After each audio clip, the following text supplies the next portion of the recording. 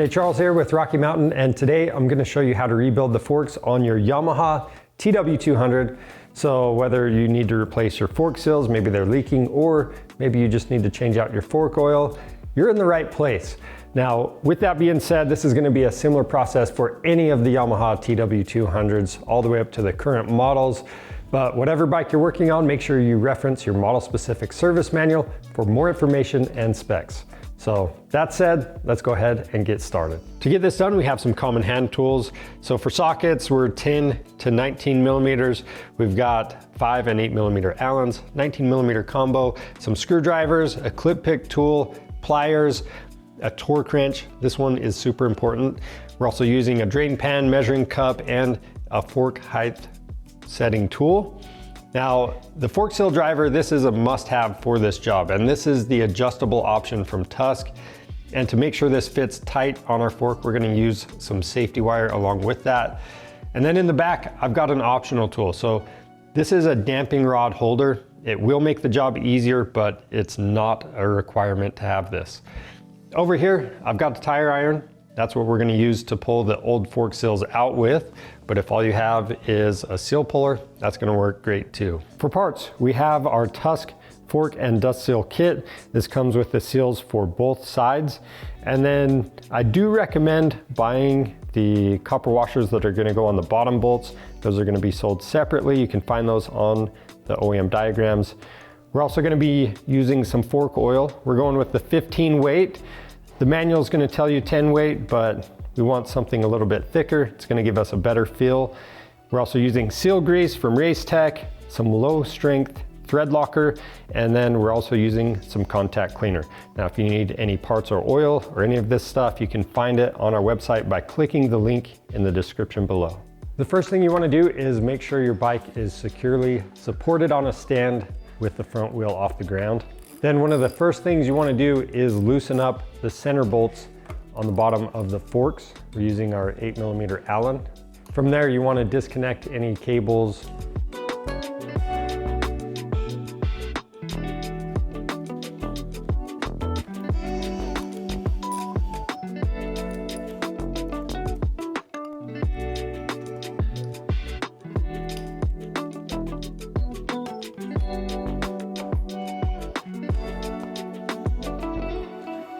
Then from there, you just want to remove the front wheel. We've got the disc brake. Some people are going to have the drum brake. And then once the top triple clamp bolts are loose, you want to loosen up the fork cap. Now, if your bike doesn't have a high fender kit, make sure you get that fender off. Loosen up the lower triple clamps and pull the forks out.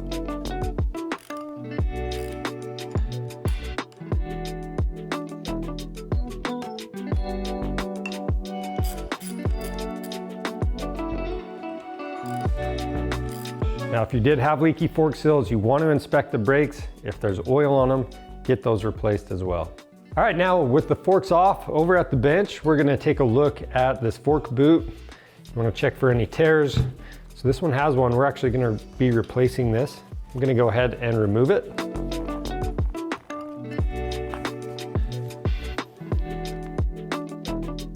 And then we did wash our bike before we took everything apart, but it's still kind of dirty. So I'm gonna wipe this down.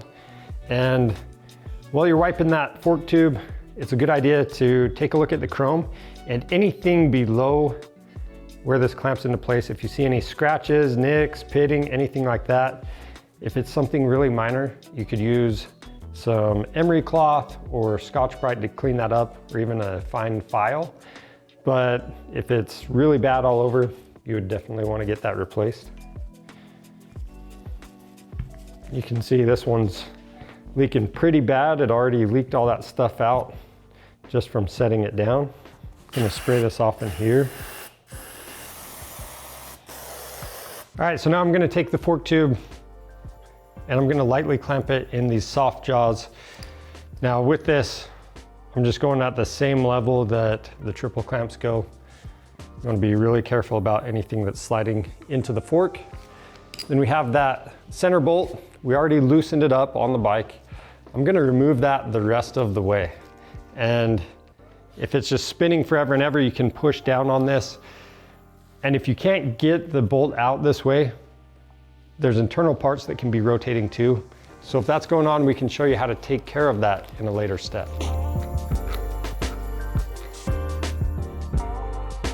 And I'm gonna pull this copper washer out. And then from here, this fork can actually come apart. But before you do that, hold on to both pieces. You can let that oil drain out the bottom, or we already loosened this top cap on the bike. To speed things up, I'm gonna remove it the rest of the way. Keep in mind, there's gonna be spring tension on this. So keep a little pressure on there, and we can pull that off. We're gonna lay everything out in order as we take it apart. So we've got that spacer. Then I'm gonna flip this over. I'm keeping one hand on both tubes again. And I've got my finger on top because there's gonna be a washer that sits on top of the spring. So we've got that. We're gonna pull the spring out. And then from here, sometimes the damping rod will come out. There's gonna be a top out spring inside of this slider. So just be aware of that, but at this point, we can actually pull these apart just like that. So right here at the end of this slider, we've got an anti-bottoming cone. Make sure you pay attention to that. We'll set that down towards the bottom of our parts. And then we need to let that damping rod slide out. There it goes, and we've got the top out spring with it. Now for anybody that couldn't remove the center bolt like we did at the vise, what you need to do, this is gonna be all the way down at the bottom of the fork tube, and you've got this bolt that sits in the end, and these pieces are just spinning together. To stop these from spinning, you're gonna have to use this damping rod holding tool. This one's from Race Tech. Once you get that in there, you can use a wrench to hold this damping rod still, and then you can remove this bolt and take the fork apart just like we did. Now for the fork sills, I'm gonna set the drain pan underneath my soft jaws. I'm gonna lightly clamp this outer tube, and we've got a clip on top of our fork sills. So I'm just using this clip pick tool to remove it.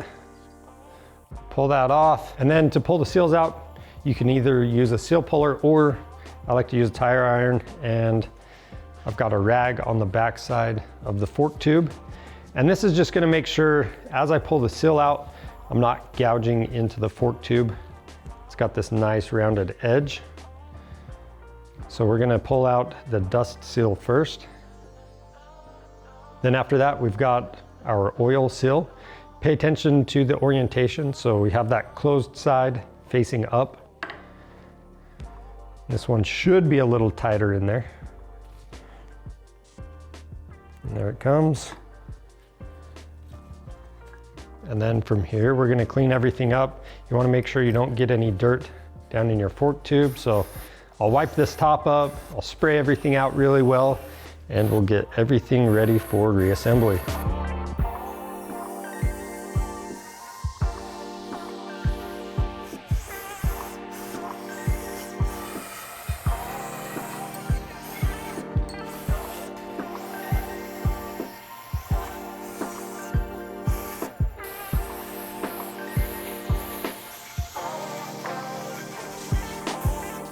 Now that we have everything cleaned up, we're gonna make some quick inspections. So obviously we're gonna be replacing that copper washer.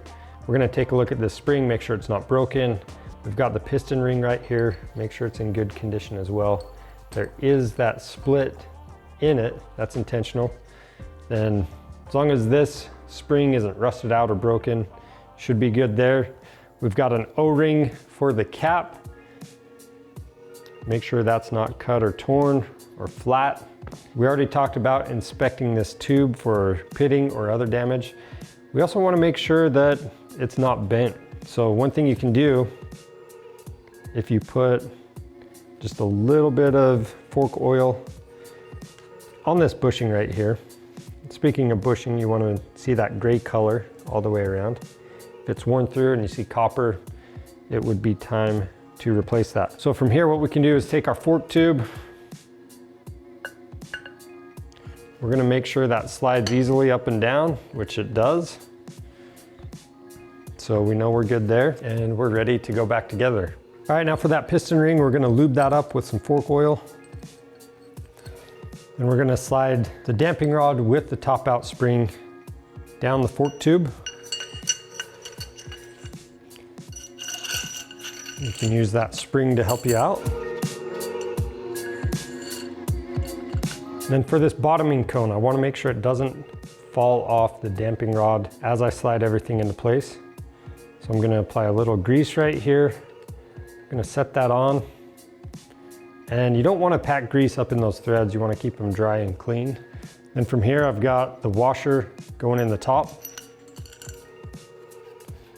I've got my spacer, and that's as far as I'm gonna go together with this for now. Now, before you install the slider into that outer fork tube, take a look at the top of this. If it's in good condition, there's no nicks and it's perfectly smooth, you can wait to install your fork seals. If you have any damage up there, make sure you install your fork seals from the bottom at this time. I've already applied some fork oil to that bushing on this outer fork tube. So now I'm gonna slide everything together. And as I do this, I'm just gonna make sure that that bottoming cone is centered in this outer fork tube. If you need to reach in there, you can use a pick or something like that. I felt that slide into place. I'm gonna look up in there. Everything's centered. So at this point, I'm going to go ahead and clamp this outer tube in my soft jaws.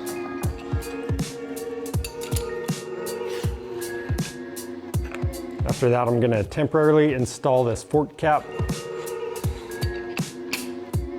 Then from here, I wanna make sure I keep tension on these two parts and pushing them together just a little bit. So that bottoming cone, I wanna make sure it doesn't pop out of place. And I'm just going to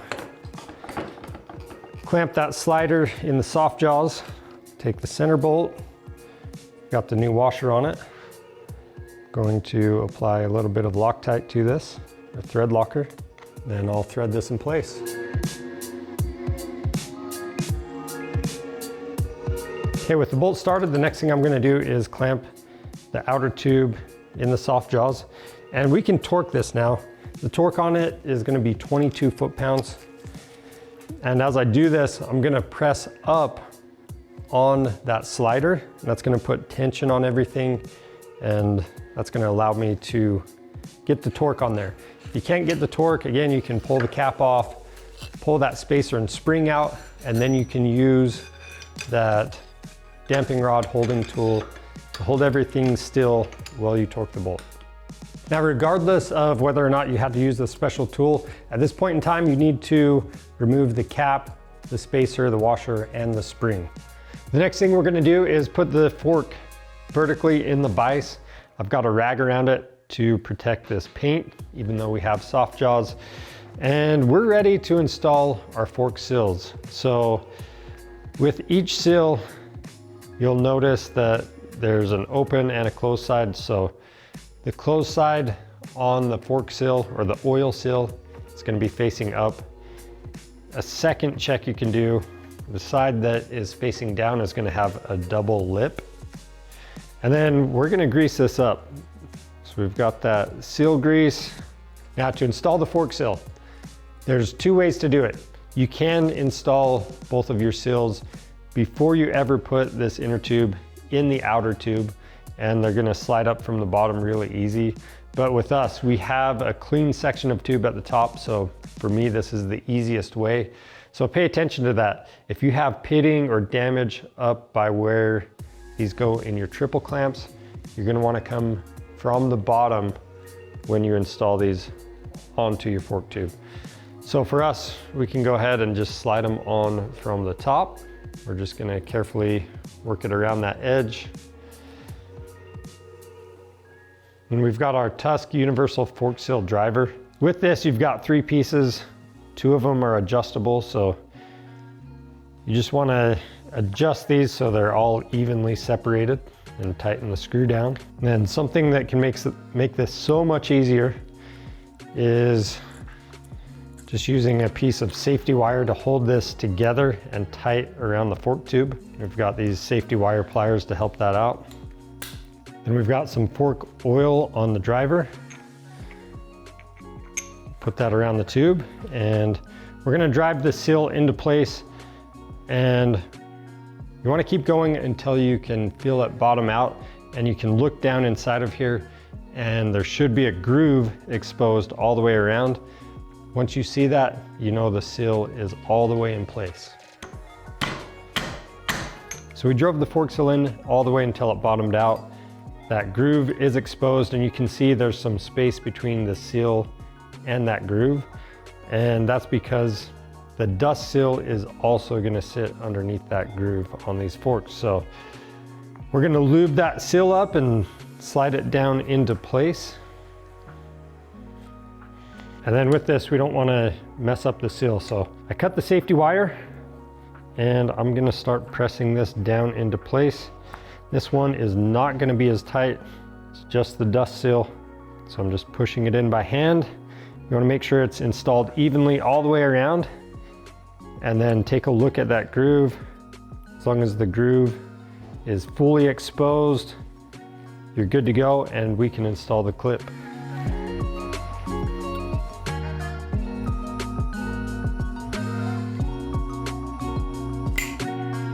And then with that retaining clip, just make sure it snaps in all the way, verify it's clipped into place, and we can move on.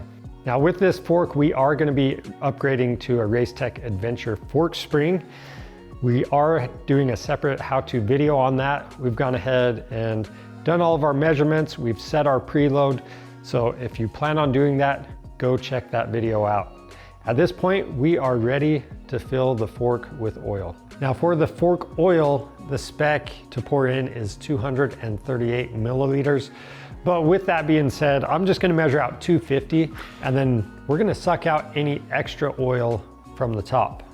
And I'm gonna pump this inner tube up and down a few times just to get the oil worked in and try to get any air bubbles to work their way to the top. And then we'll just let this sit for 5 or 10 minutes and let the rest of the air come to the top. All right, now for the oil height, we've got this oil height setting tool, and we've got it set at 130 millimeters. The stock height would be 135, which is slightly less oil. But if you have a little more oil in there, it's gonna increase your bottoming resistance. So that's why we're doing it. We're gonna go ahead and set that in there. And that height is actually what Racetech recommends, by the way. So all we have to do now is pull any extra oil out, that's all that came out. Now we can reinstall our spring, putting that washer in. We've got our spacer, then we've got the cap, and I'm applying a little oil to that O-ring.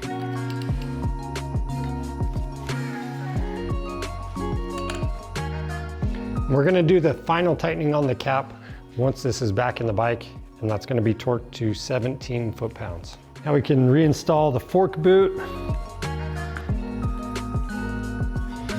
And I'm gonna tighten this clamp once it's on the bike to make sure I have this in the correct spot, or you can go off. Sometimes you can see some marks where the triple clamps go. You can tighten it right there. So this one's done, and we're ready to do those same steps on the other fork. Now we can slide the forks in one at a time, and we're gonna have the cap seam flush with the upper triple clamp surface. We're gonna torque the lower triple clamp bolts to 17 foot-pounds, tighten the cap to 17, and then tighten the upper triple clamp bolt to 17 as well, and do that for both sides.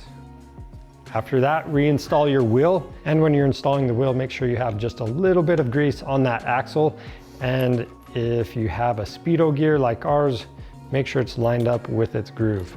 Now the torque spec, whether you have a drum brake or a disc brake on the axle nut, is gonna be 65 foot-pounds. Use some caution when you do this. Now for the caliper mounting bolts, those are gonna get torqued to 22 foot-pounds. And again, if you got oil on them, make sure you replace those pads. We've got a separate video if you need it.